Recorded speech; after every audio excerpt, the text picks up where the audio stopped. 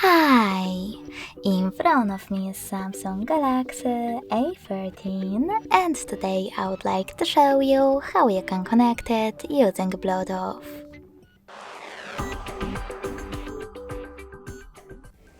First of all, go into Settings and tap on Connections.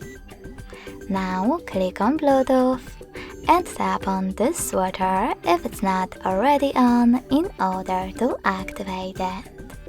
Then wait for available devices to show, and when they do, click on the chosen one. Lastly, select Pair in the pop-up and wait for the other device to do the same.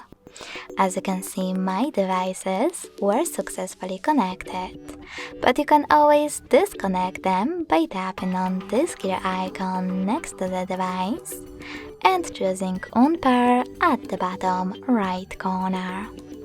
Lastly, click on Unpair over here. Thanks so much for watching. If you enjoyed this video, smash that like button, comment and subscribe. Bye!